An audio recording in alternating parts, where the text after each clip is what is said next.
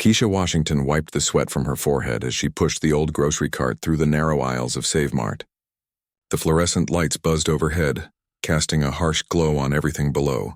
Her 3-year-old twins, Marcus and Maya, sat in the cart's child seat, their small legs dangling as they looked around with wide, curious eyes. "Mama, can we get cookies?" Marcus asked, pointing to the colorful packages on the shelf. "Not today, baby," Keisha replied softly, her voice tired but patient. She picked up a box of generic cereal and checked the price twice before placing it in the cart. Every dollar counted when you were raising 2 children on a part-time cashier's salary. The twins had been fussy all morning. Maya kept rubbing her eyes and leaning against her brother, while Marcus seemed unusually quiet.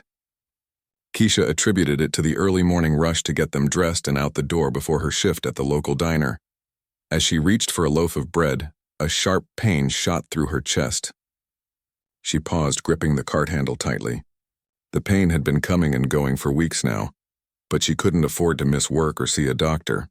Not when the rent was already 2 weeks late and the electricity company had sent their final notice.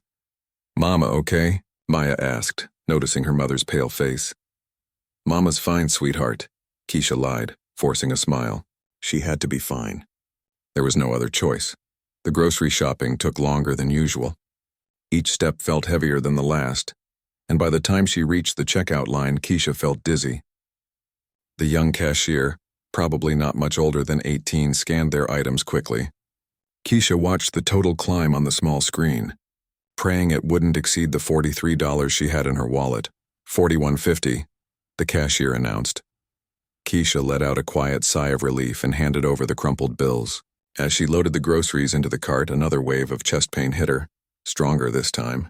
She gripped the cart so tightly her knuckles turned white. The walk home to their small apartment building was only 4 blocks, but it felt like miles. The twins chatted quietly to each other, occasionally asking questions that Keisha answered with effort. The old shopping cart squeaked with every step, its uneven wheels making the journey even more difficult. Their apartment was on the 2nd floor of a rundown building in the heart of the city. The paint was peeling from the walls, and the carpet had stains that no amount of cleaning could remove. But it was home, and it was all Keisha could afford since her husband David had left them 6 months ago. She unlocked the door and immediately felt the stuffiness of the small space. The air conditioning had broken weeks ago, and the landlord kept promising to fix it next week. Keisha set the groceries on the small kitchen counter and began putting them away while the twins played with their few toys in the living room. As she reached up to place a box of crackers in the cupboard, the chest pain returned with a vengeance. This time it was accompanied by a crushing sensation that made her gasp. The box fell from her hands, scattering crackers across the floor. "Mama!" Marcus called out, but his voice sounded far away. Keisha tried to respond, but the words wouldn't come. The room began to spin and she felt herself falling. The last thing she remembered was the sound of the twins crying out for her as everything went black. Marcus and Maya stood frozen for a moment, staring at their mother's still form on the kitchen floor. At 3 years old, they didn't understand what was happening, but they knew something was very wrong. "Mama, wake up," Maya cried, shaking her mother's arm. When Keisha didn't respond, both twins began to cry loudly.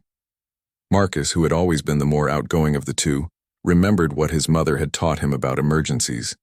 She had shown him the numbers on the phone and made him practice saying their address. With tears streaming down his face, he climbed onto a chair and reached for the cordless phone on the kitchen counter. His small fingers struggled with the numbers, but he managed to dial 911. When the operator answered, Marcus could barely speak through his sobs. "My mama won't wake up," he cried into the phone. "She's on the floor and she won't wake up." The operator, trained to handle such calls, spoke gently to the frightened child. "What's your address, sweetie? Can you tell me where you live?" Marcus recited the address his mother had made him memorize, though he mixed up some of the numbers. The operator patiently worked with him to get the correct information while dispatching emergency services to the location. "Are you hurt? Is your sister hurt?" the operator asked. "No, we're okay, but Mama won't wake up," Marcus replied, his voice shaking. Maya had crawled next to their mother and was patting her face gently, whispering, "Mama, please wake up," over and over again.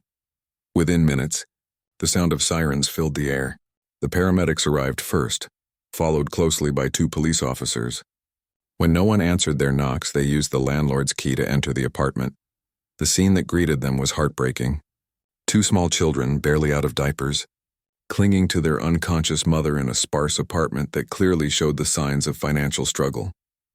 "We have a female, approximately 25 years old, unresponsive," the lead paramedic called out as his partner began checking Keisha's vital signs.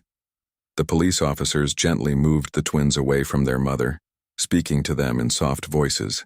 "You did a very good job calling for help," one officer told Marcus. "You're a brave boy." As the paramedics worked to stabilize Keisha, they discovered her blood pressure was dangerously low, and her heart rate was irregular. It appeared she had suffered some kind of cardiac event, possibly brought on by stress and exhaustion. "We need to get her to the hospital immediately," the lead paramedic announced as they prepared to load Keisha onto a stretcher. The police officers faced a dilemma. The twins couldn't be left alone, and there was no immediate family member to call.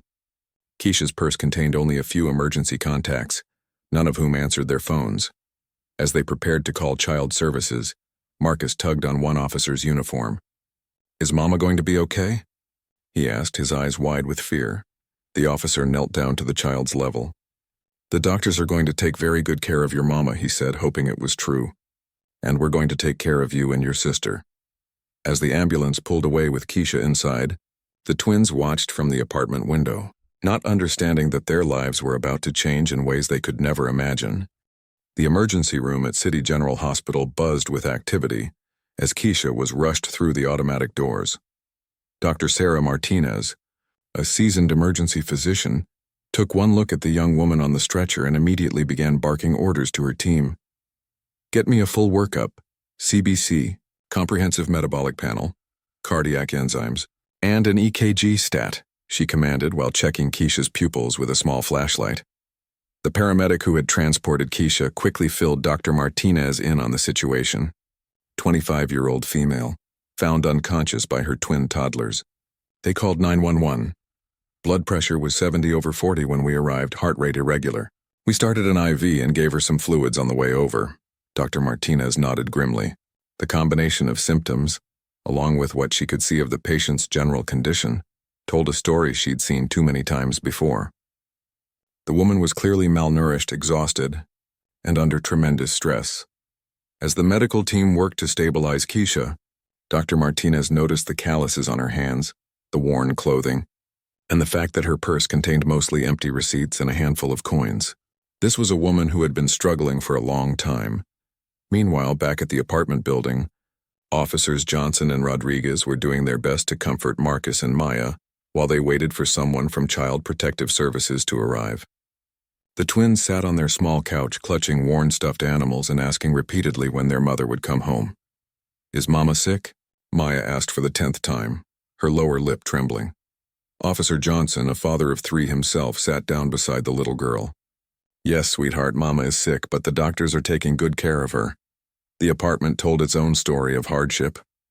The refrigerator was nearly empty except for some milk that was about to expire and a few pieces of fruit. The cupboards contained mostly generic brands and basic staples. There were no luxury items anywhere, no cable TV, no computer, no video games. Just the bare necessities for survival. As they waited, Officer Rodriguez made some calls, trying to reach anyone who might be able to care for the children temporarily.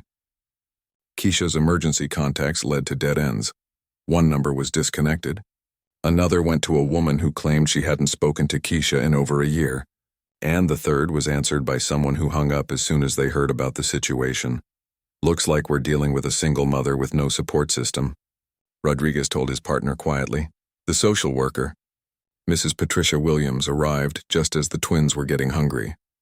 She was a kind woman in her 50s who had seen countless cases of families in crisis.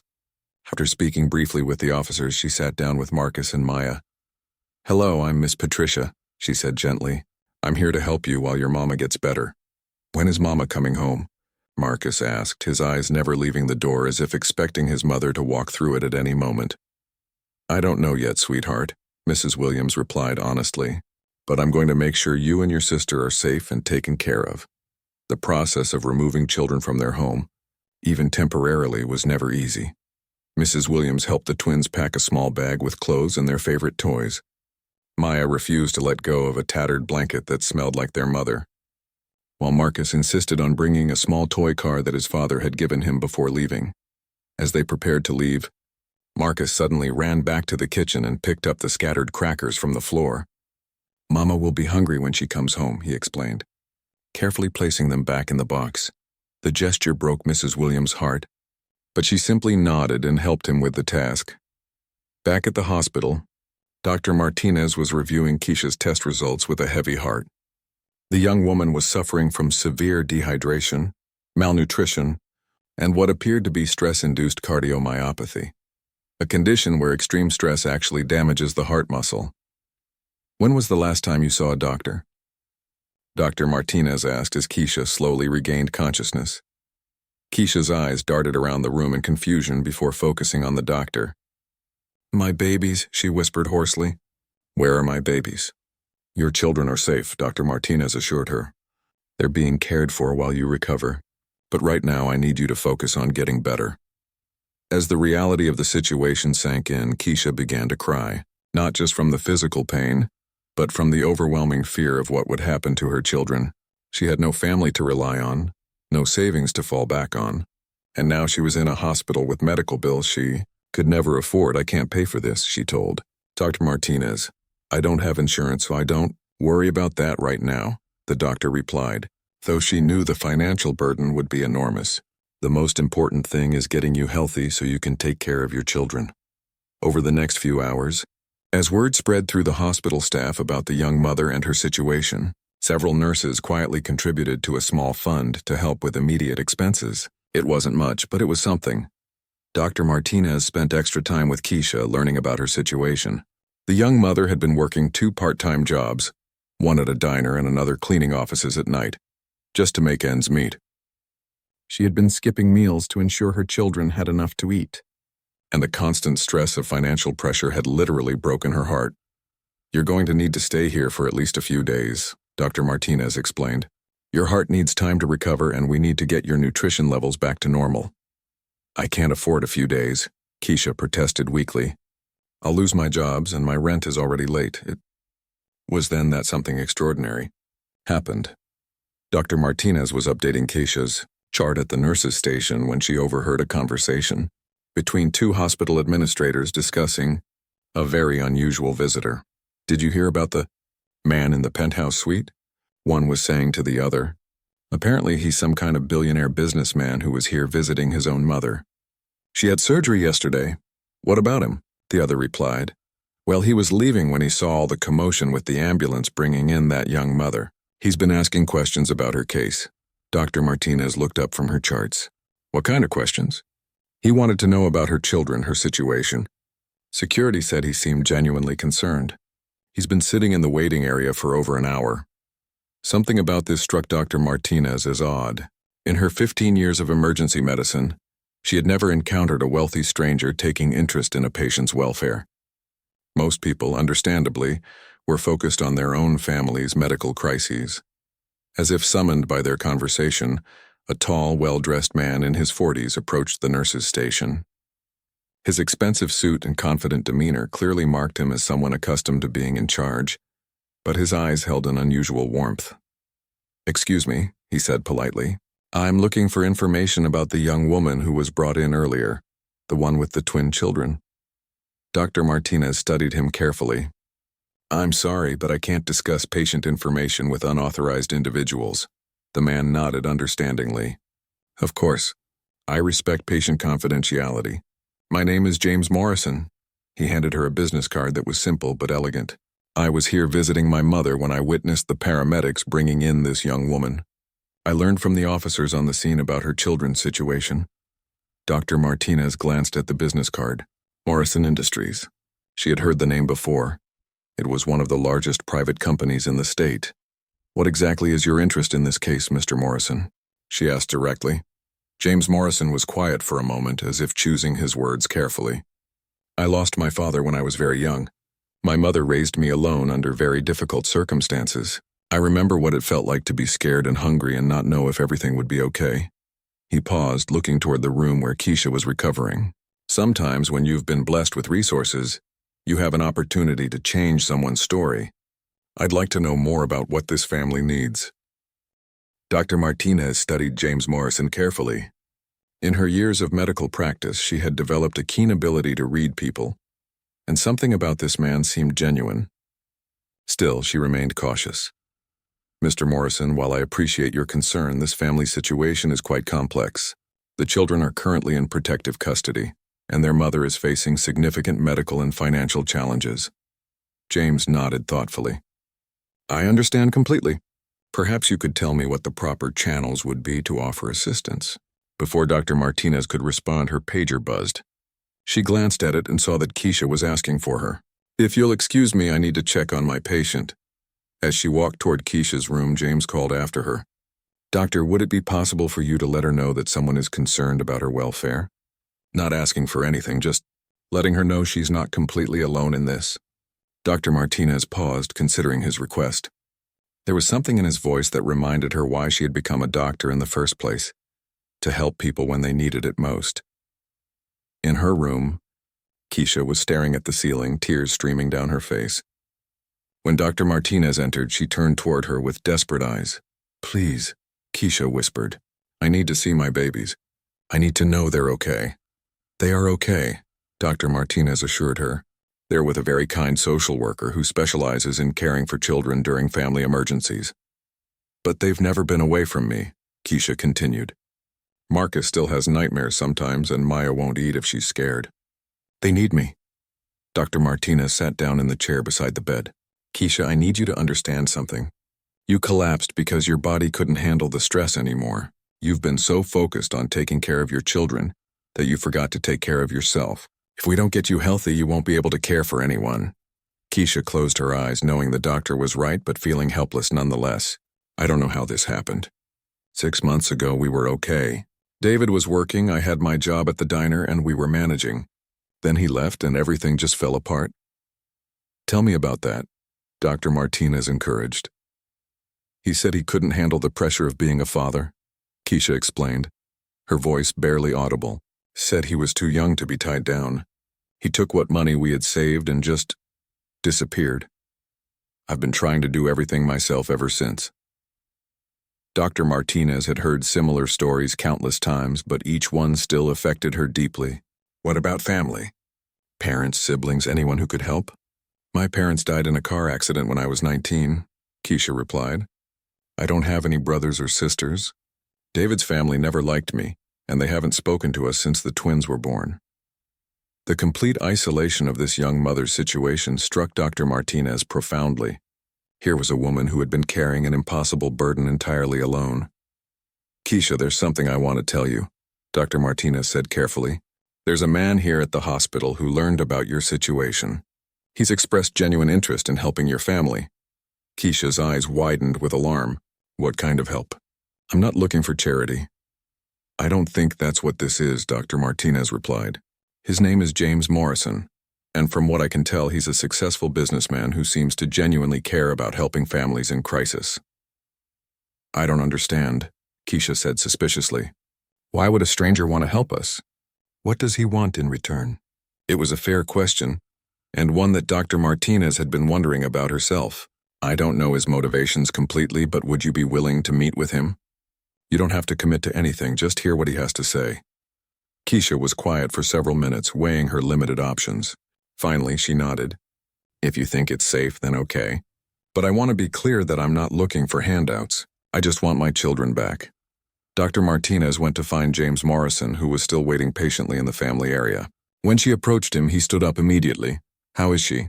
He asked. She's agreed to meet with you, Dr. Martinez replied. But Mr. Morrison, I need you to understand that this woman has been through tremendous trauma. She's protective of her children and suspicious of strangers offering help. Please be gentle with her. Of course, James replied.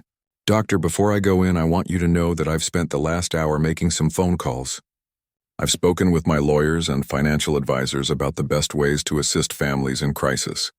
I'm not going into this blindly. This gave Dr. Martinez some comfort, but she still felt protective of her patient. What exactly are you thinking of offering? James was quiet for a moment. I'm thinking of offering her a choice. A real choice, not just charity. When they entered Keisha's room together, James was struck by how young and fragile she looked. Despite her exhaustion and illness, he could see strength in her eyes.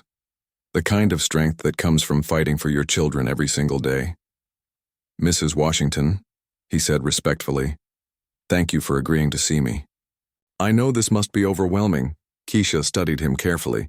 His expensive clothes and confident manner made her feel self-conscious about her hospital gown and unwashed hair, but his eyes seemed kind. "Dr. Martinez says you want to help," she said directly. "I need to know why." James pulled a chair up beside her bed and sat down, putting himself at her eye level rather than standing over her. "When I was 7 years old, my father died suddenly. My mother was left alone with no money, no family support, and a child to raise. We lost our house, moved into a tiny apartment, and she worked 3 jobs just to keep food on the table." Keisha listened intently as he continued. "I watched my mother sacrifice everything for me. I saw her skip meals so I could eat. I saw her work until she literally couldn't stand up anymore, and I remember feeling helpless because there was nothing I could do to help her." "What happened?" Keisha asked softly. "We got lucky," James replied honestly.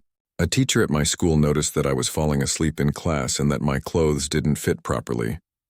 She took an interest in our situation and helped my mother find better employment opportunities. That teacher's intervention changed the entire trajectory of our lives." Keisha nodded, understanding the parallel he was drawing. "Mrs. Washington," James continued, "I've been fortunate in business, more fortunate than anyone has a right to be, but I've never forgotten what it felt like to be that scared little boy watching his mother struggle. When I saw the paramedics bringing you in today and when I learned about your twins, I saw my mother and myself all over again." "What exactly are you offering?" Keisha asked cautiously. James leaned forward slightly. "I'm offering you options. Real options, not just emergency assistance." He reached into his jacket and pulled out a folder. "I've had my team put together some information. There are several ways I could help your family, and I want you to have time to consider all of them." Keisha looked at the folder but didn't take it immediately. "Such as?" "Such as covering your medical expenses so you don't have to worry about bankruptcy," James began.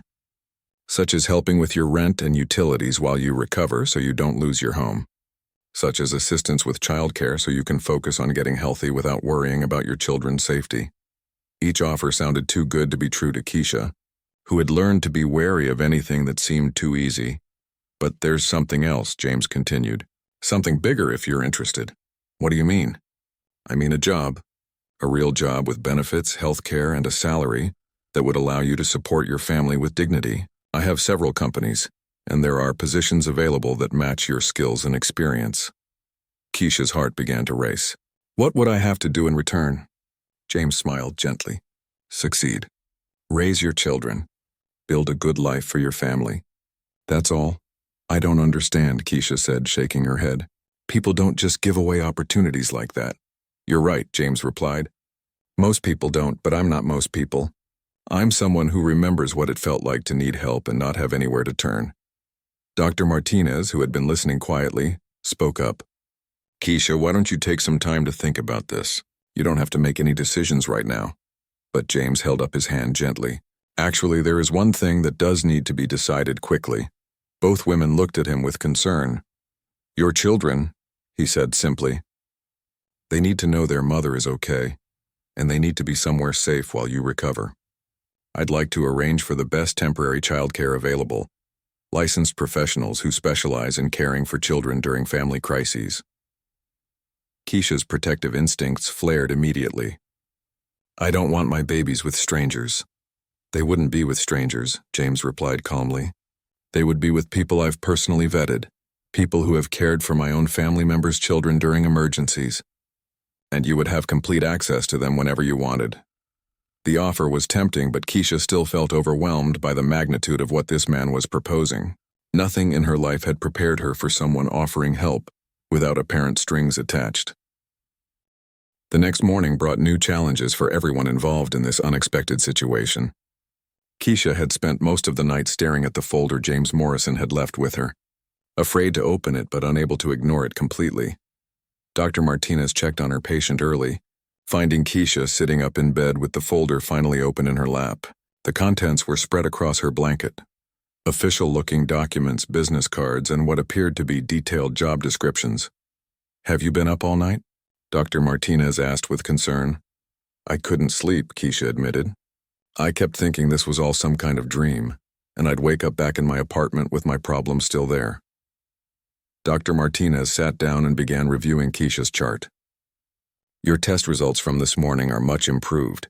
Your heart rhythm has stabilized and your blood pressure is getting back to normal ranges." "Does that mean I can see my babies today?" Keisha asked hopefully. "I think we can arrange something," Dr. Martinez replied. "But first, tell me what you think about Mr. Morrison's proposal." Keisha picked up one of the documents from the folder. "It all seems too good to be true. Look at this." She handed Dr. Martinez a job description. "Administrative assistant at Morrison Industries. Starting salary $45,000 a year. Full health benefits, paid vacation, childcare assistance." Dr. Martinez read through the document carefully. "This does seem like a legitimate offer. But why me?" Keisha asked, her voice filled with confusion. "I'm a high school graduate with no college degree. I've been working as a waitress and a part-time cleaner. Why would someone offer me a job like this?" It was a fair question and one that Dr. Martinez had been pondering herself. Maybe the question isn't why you, but why not you? Before Keisha could respond, there was a knock on the door. Mrs. Williams, the social worker, entered with a gentle smile. "Good morning, Keisha. I have some wonderful news for you." "Are my babies okay?" Keisha asked immediately. "They're more than okay," Mrs. Williams replied. "They spent the night in a beautiful home with a licensed child care provider who specializes in emergency placements. The woman caring for them is a retired elementary school teacher with grandchildren of her own." She pulled out her phone and showed Keisha some photos. "Look." The images showed Marcus and Maya playing in a bright, cheerful room filled with toys. They were smiling and appeared comfortable, though Keisha could see the uncertainty in their eyes. "They asked about you constantly," Mrs. Williams continued, "but they were brave. Marcus told everyone that he was taking care of his sister until you got better." Tears welled up in Keisha's eyes. "When can I see them?" "Actually, that's part of why I'm here," Mrs. Williams replied. "Mr. Morrison has made arrangements for them to visit you this afternoon. He's also arranged for a child psychologist to be available in case they need someone to talk to about what happened." Keisha looked back at the folder on her bed. "He's really done all of this in less than 24 hours. "It appears so," Mrs. Williams confirmed. "I've been doing this work for over 20 years, and I've never seen anyone mobilize resources this quickly for a family they don't even know." Dr. Martinez excused herself to check on other patients, leaving Keisha alone with Mrs. Williams. The social worker sat down in the chair beside the bed and spoke more quietly. "Keisha, I need to be honest with you about something," she began. "I've been investigating Mr. Morrison's background and his offer to your family." Keisha's heart began to race. "Is there something wrong with him?" "Quite the opposite," Mrs. Williams replied. "Everything checks out.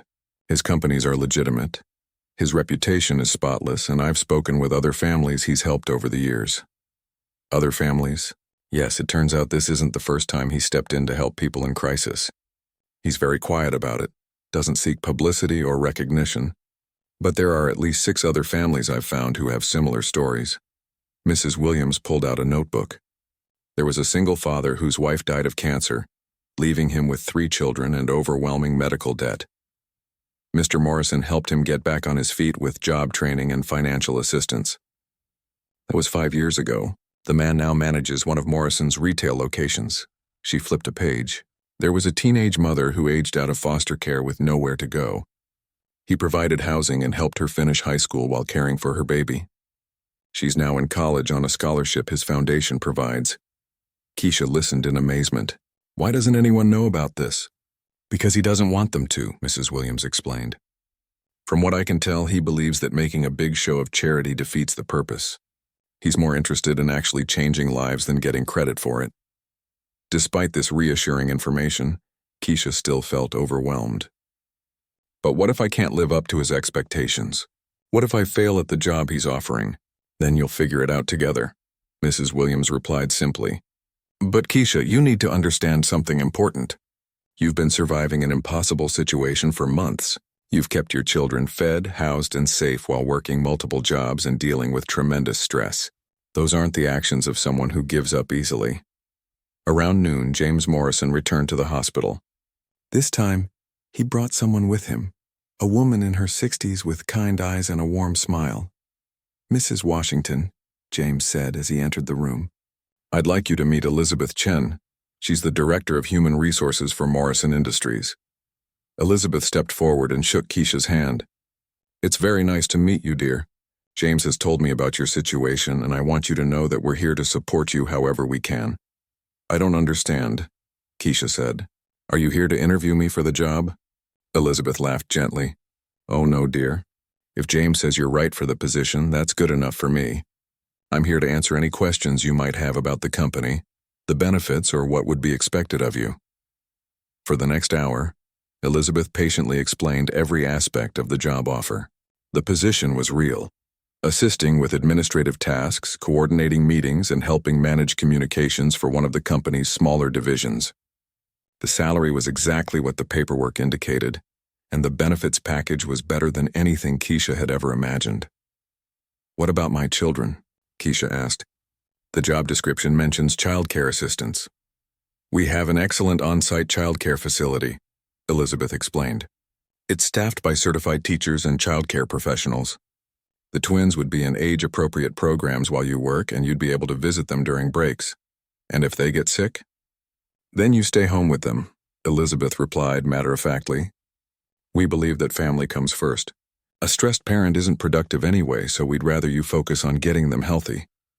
Everything they were telling her sounded too good to be true, but Mrs. Williams had verified their legitimacy. Still, Keisha felt the need to be completely honest about her limitations. "I need you to know that I don't have a college degree," she told Elizabeth. "I barely finished high school because I got pregnant with the twins. I've never worked in an office environment." "James told me all of that," Elizabeth replied. "Do you know what else he told me?" "He told me that you've been managing the finances for 2 households on poverty-level wages for months. He told me that you've been coordinating schedules for multiple jobs while caring for 2 small children. He told me that when you collapsed from exhaustion, your first concern was still for your children's welfare." Elizabeth leaned forward slightly. "Those are exactly the kind of organizational and priority management skills we need. We can teach you to use our computer systems and follow our procedures. We can't teach you to care about doing a good job or to persevere when things get difficult. You've already proven you have those qualities." As the afternoon wore on, Keisha found herself cautiously beginning to believe that this opportunity might be real. But the biggest test was yet to come.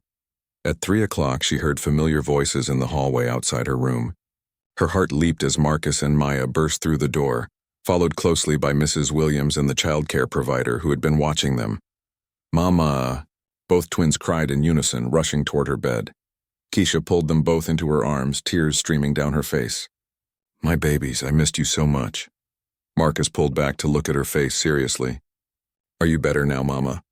Can you come home?" "I'm getting better," Keisha replied, smoothing his hair. "But I need to stay here a little bit longer so the doctors can make sure I'm completely well." Maya, who had been unusually quiet, suddenly spoke up. "Mama, why did you fall down?" It was the question Keisha had been dreading, but she knew she owed her children an honest answer. "Mama was very tired and very worried about taking care of you both. Sometimes when grown-ups get too worried and too tired, their bodies need to rest. Like when we take naps," Marcus asked. "Something like that," Keisha replied with a small smile. James Morrison had been standing quietly in the doorway, watching the reunion. When the initial excitement died down, he stepped forward. "Marcus, Maya," he said gently. "Do you remember me?" "I'm Mr. James." The twins looked at him curiously. They had been too young and too frightened the day before to really notice him, but something about his voice seemed familiar. "You were at our house," Marcus said suddenly, "when Mama was sleeping?" "That's right," James replied, kneeling down to their level. "I wanted to make sure you and your mama were taken care of." Maya, still clinging to her mother, whispered something in Keisha's ear. "She wants to know if you're the one who arranged for them to stay with Mrs. Patterson," Keisha explained. "I am," James replied. "Did you like staying with Mrs. Patterson?" Marcus nodded enthusiastically. "She made pancakes and she has a dog named Buster, and she read us 3 stories before bedtime."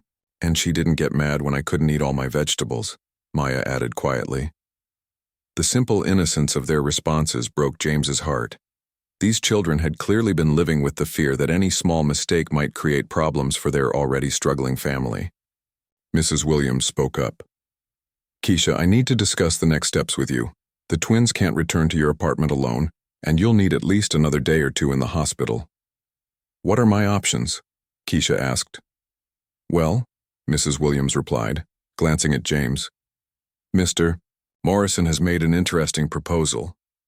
James stepped forward.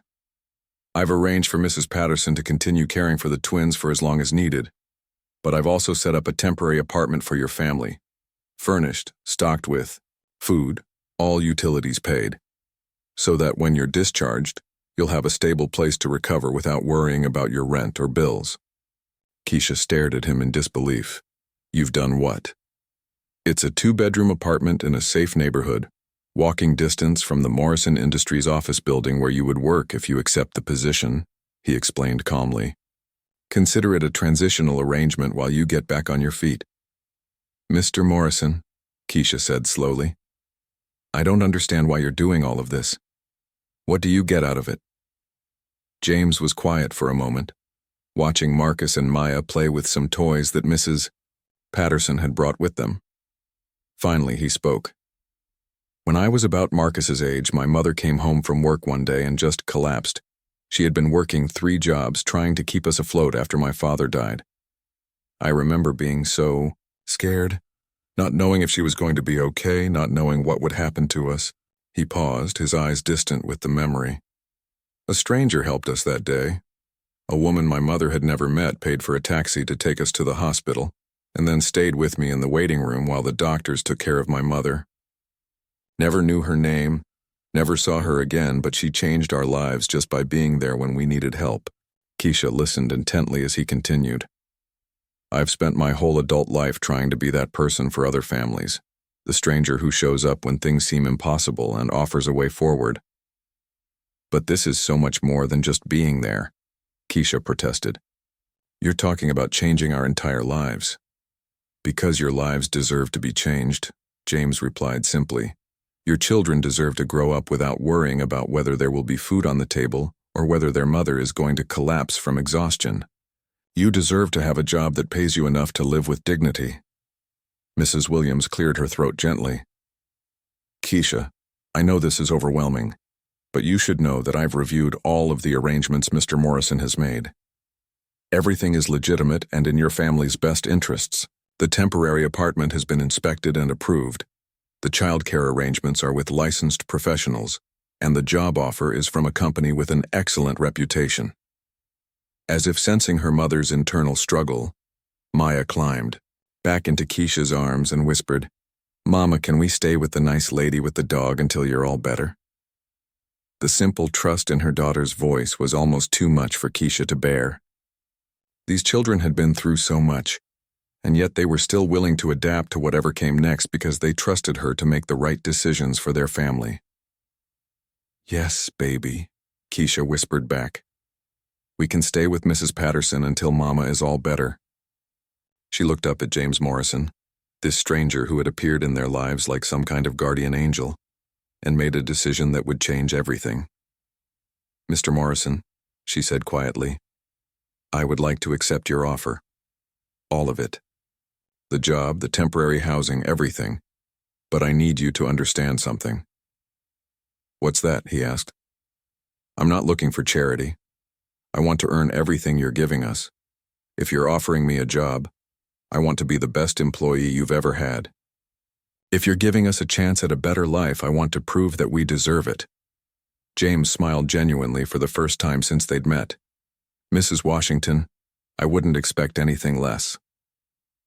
3 weeks later, Keisha stood in front of the mirror in her new bathroom, adjusting the collar of a professional blouse that Elizabeth Chen had helped her select during a shopping trip the previous weekend.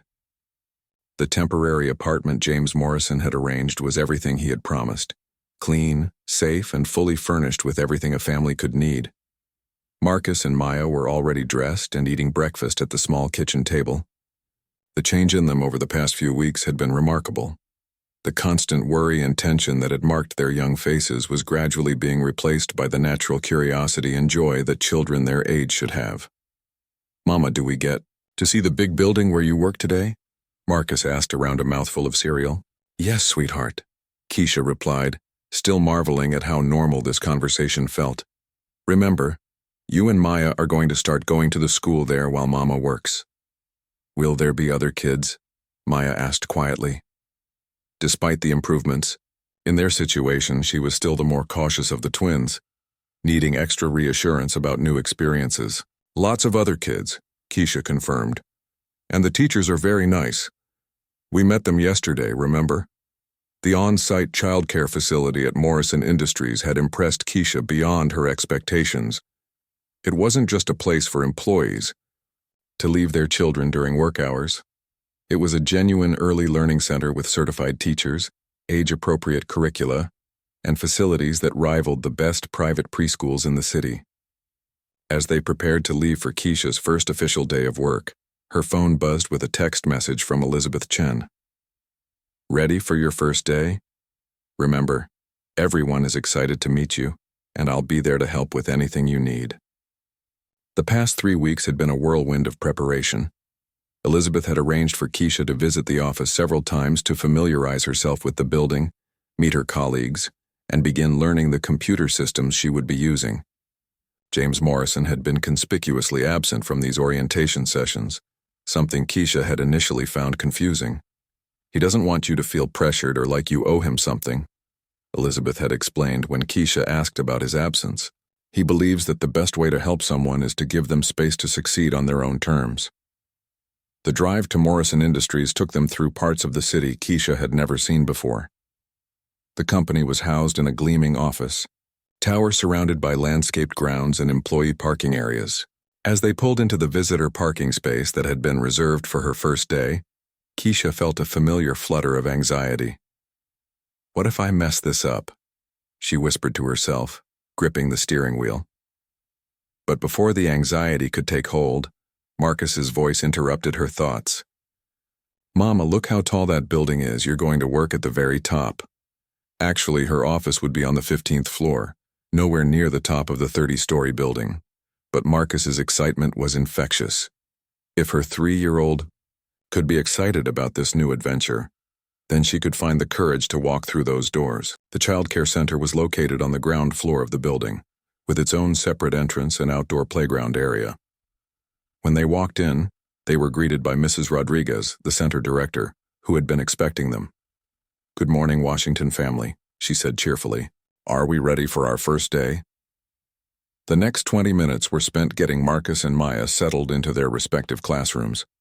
Marcus, true to his outgoing nature, immediately began examining the toys and introducing himself to other children. Maya hung back, staying close to Keisha's side. "It's okay to be nervous," Mrs. Rodriguez told Maya gently, kneeling down to her level. "Would you like to meet Sunshine?" She led them over to a corner of the room where a large, gentle golden retriever was lying on a soft bed. "Sunshine is our therapy dog. She helps children feel safe and happy." Maya's eyes widened with delight, and she cautiously reached out to pet the dog's soft fur. Within minutes, she was sitting next to Sunshine, telling her about the stuffed animal she had brought from home. With her children happily settled, Keisha made her way to the elevator bank and up to the 15th floor. The offices of Morrison Industries were modern and professional, but somehow still managed to feel welcoming rather than intimidating. Elizabeth was waiting for her at the reception area. "Right on time," she said with a smile. "How are you feeling?" "Nervous," Keisha admitted honestly. "Good," Elizabeth replied. "That means you care about doing well." Keisha's workspace was a cubicle in an open office area, but it was larger and better equipped than she had expected. Her desk had a new computer, telephone system, and all the supplies she could need. A small plant sat in one corner, a welcome gift from her new colleagues. "Your primary responsibilities will be supporting the regional development team," Elizabeth explained as they walked through the area.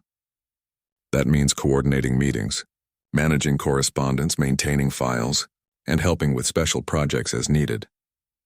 She introduced Keisha to her immediate supervisor, David Park, a friendly man in his 30s who managed the Regional Development Division. "We're really excited to have you join the team," David said warmly. "Elizabeth has told us about your background, and we think you'll be a perfect fit for what we need."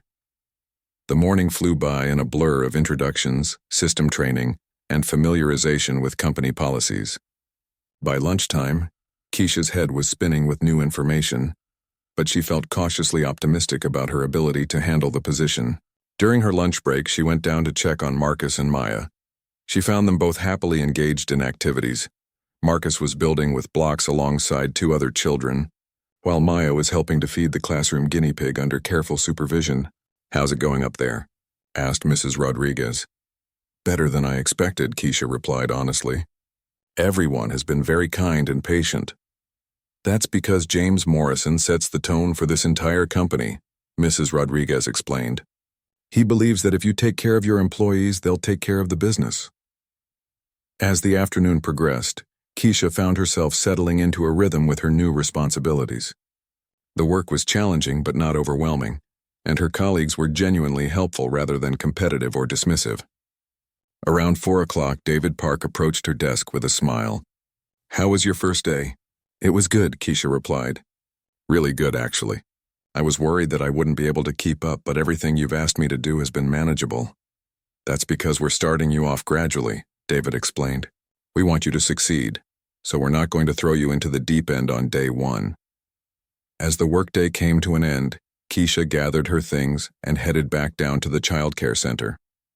She found Marcus and Maya playing together in the outdoor playground area, laughing and running around with several other children. "Mama!" Maya called out when she saw her approaching. "I made a friend. Her name is Sophie, and she likes to draw pictures just like me. And I built the biggest tower ever," Marcus added proudly. "Mrs. Rodriguez took a picture to show you." On the drive home, the twins chattered excitedly about their day, while Keisha reflected on how dramatically their lives had changed in such a short time. 3 weeks ago, she had been working 2 part-time jobs with no benefits, struggling to pay rent on a rundown apartment, and literally collapsing from the stress of trying to make ends meet. Now she had a stable job with excellent pay and benefits. Her children were in a safe and nurturing environment during the day, and they were living in a comfortable apartment, where she didn't have to worry about the electricity being turned off or the rent being late.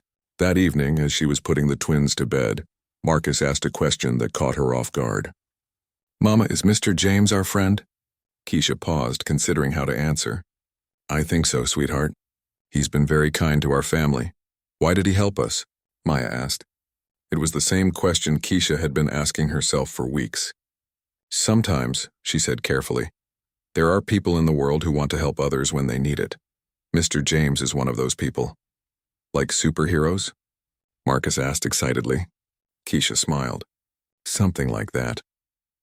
After the children were asleep, Keisha sat at her small kitchen table with a cup of tea and thought about everything that had happened. She had been so focused on getting through each day that she hadn't fully processed the magnitude of the change in their circumstances. For the first time in months, she wasn't worried about money. She wasn't exhausted from working multiple jobs. She wasn't afraid of what would happen if she got sick or if the twins needed something she couldn't provide. But along with the relief came a different kind of pressure. James Morrison had invested a tremendous amount of resources in her family's future, and she felt the weight of that investment. She was determined to prove that his faith in her had been justified. Her phone buzzed with a text message from Elizabeth. "How did your first day go?" "I hope everything went smoothly," Keisha typed back. "It went really well. Thank you for everything. I won't let you down." The response came quickly. "I'm not worried about that. Get some rest. Tomorrow will be even better." As she prepared for bed in her clean, safe apartment, Keisha allowed herself to feel something she hadn't experienced in a very long time. Hope for the future. Not just hope that they would survive, but hope that they might actually thrive. 6 months later, Keisha was reviewing quarterly reports in the conference room when Elizabeth Chen knocked on the doorframe. "Do you have a few minutes?" Elizabeth asked. "There's someone who would like to speak with you." Keisha looked up from her work, surprised. Over the past month, she had settled into a comfortable routine at Morrison Industries, and had proven herself to be exactly the kind of dedicated employee Elizabeth had predicted she would be. Her responsibilities had gradually expanded, and she had even begun helping to train other new administrative assistants.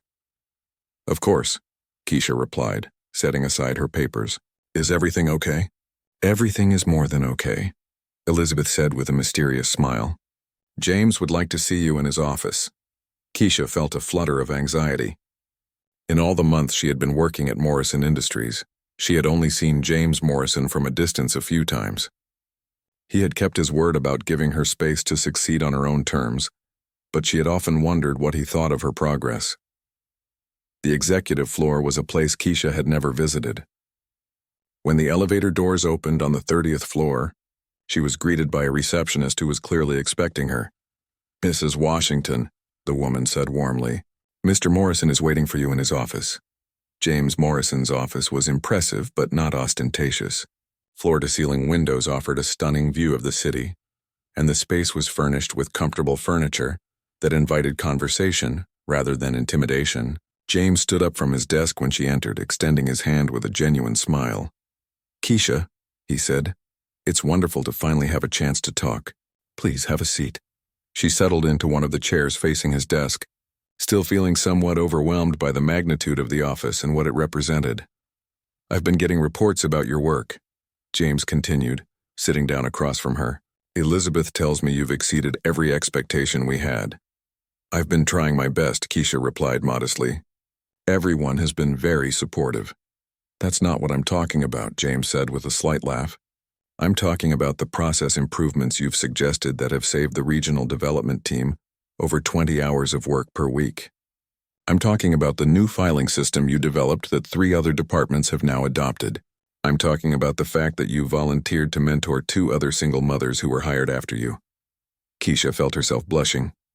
She hadn't realized that her efforts to improve efficiency and help her colleagues had been noticed at the executive level. "I just saw ways to make things work better," she said. "And when I met Sarah and Maria, I remembered what it felt like to be starting over with children to worry about. I wanted to help them avoid some of the mistakes I made when I was learning." James nodded thoughtfully. "That's exactly what I hoped would happen." "What do you mean?" "When I first offered to help your family, I wasn't just thinking about giving you a job," James explained. "I was hoping that once you were stable and secure, you might become someone who helps others the way you were helped." He stood up and walked over to the windows, looking out at the city below. "Do you know what the most rewarding part of my business success has been?" Keisha shook her head. "It's been discovering that when you help someone build a better life, they almost always turn around and help someone else build a better life too," James said. "You've proven that theory beautifully." He returned to his desk and picked up a folder that looked familiar. It was similar to the one he had given her in the hospital 6 months earlier. "Which brings me to why I asked you to come see me today," he continued, handing her the folder. "I have another proposition for you." Keisha opened the folder cautiously, not sure what to expect. Inside were documents outlining a new position, Director of Family Services for Morrison Industries. "I don't understand," she said, scanning the job description. "What is Family Services?" "It's a new division I want to create," James explained. "The purpose would be to identify and assist employees or community members who are facing the kind of crisis your family faced 6 months ago." Keisha read through the documents more carefully. The position involved coordinating emergency assistance, connecting families with resources, overseeing the company's charitable giving programs, and working with community organizations to identify people who needed help. "You want me to do for other families what you did for mine?" she asked. "I want you to help me do for other families what we did for yours," James corrected. This wouldn't be a charity program run from the top down. It would be a comprehensive support system designed and managed by someone who understands what it's like to need help. The salary listed in the documents was nearly double what she was currently earning. The benefits package included additional education opportunities, a company car, and a budget for emergency assistance to families in crisis. "James," she said, using his first name for the first time, "this is incredible. But I need to ask you something directly." "Anything. Why are you really doing this?" "All of it. Helping my family, creating this position, everything." What's the real reason? James was quiet for a long moment, considering his answer. Do you remember what I told you about the woman who helped my mother and me when I was a child? Keisha nodded. What I didn't tell you was that I spent years trying to find her so I could thank her, James continued. I hired private investigators, placed ads in newspapers, contacted everyone who might have known her. I never found her. He walked back to his desk and picked up a framed photograph. It showed a young woman with tired eyes but a determined expression, holding a small boy who looked remarkably like James. This is the only picture I have of my mother and me from that time period, he said, showing Keisha the photo. Look at her face. Look at how exhausted she was, how worried. That's exactly how you looked that day in the hospital. Keisha studied the photograph, seeing the similarity he was describing. I realized something while I was trying to find that woman who helped us, James continued. I was looking for her so I could thank her and repay her kindness. But what if the repayment wasn't supposed to go back to her? What if it was supposed to go forward to someone else who needed help? He took the photograph back and set it on his desk where he could see it. The real reason I'm doing this is because I finally understood what that woman's gift to our family was supposed to become. It wasn't just about helping one family. It was about starting a chain of help that could continue indefinitely. Keisha felt tears welling up in her eyes as she understood what he was saying. You've already started that chain, James continued. The way you've helped Sarah and Maria, the improvements you've made that benefit everyone who works here, the example you're setting for your children about perseverance and gratitude, that's all part of the same cycle of help. She looked down at the job description again, imagining what it would be like to spend her days identifying families in crisis and connecting them with the resources they needed to build better lives. What about Marcus and Maya? She asked. This position would require some travel, some evening work. The child care center has after-hours programs, James replied. And when you need to travel, you'd have access to the best child care support available. Your children's needs would never be compromised by your work responsibilities.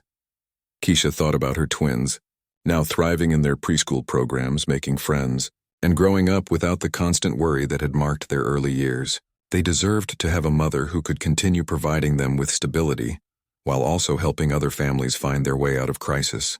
There's one more thing, James added, opening his desk drawer and pulling out another document. This is the deed to the apartment you've been living in.